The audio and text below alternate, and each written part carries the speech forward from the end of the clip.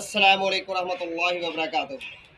लो भी सजनों बेलियो दोस्तों, राती असी जरा धनिए का बीज असी गिला किया भ्योता, तो फिर बाद 3 घंटे बाद असी इनू खुश कर देता। ठीक है जी, होया वाला तो असी अलहमदुलिल्लाह हुण धनिया बीजांगे ताकि साडा धनिया जिहड़ा ना 48 घंटे के अंदर अंदर निकल आए, बीज बाहर निकल आन।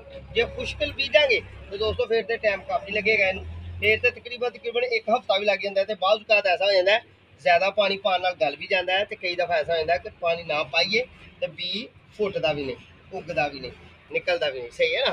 ठीक है, तो ये वास्ते अच्छी वर्मी कंपोस्ट, अच्छे मामला ठीक है नहीं करने जरूरी ने। तो यह साढ़े सीड ने, बीज ने, इन्होंने असीं बीज देने ये राती भ्योंते सन पानी च, टाकी बन के ना, टाकी दे विच बन के ते कपड़े च काटन च बन के राती भिगोए सन। तो हुण वेखो ना थोड़े थोड़े सिले सिले ने। ठीक है जी, इन्होंने हुण बीज देंगे ताकि ये साढ़े सीड जल्दी निकल आए।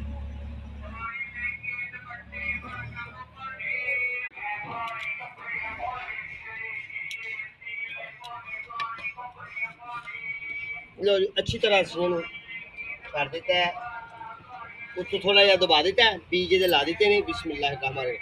हुण पानी पाना बहुत जरूरी सी, तो पानी पा दिता है। हुण इंशाअल्लाह अल्लाह की मदद नाल साडा सीड, साडे ये बीज इंशाअल्लाह साडे 48 घंटे के अंदर निकल आएंगे।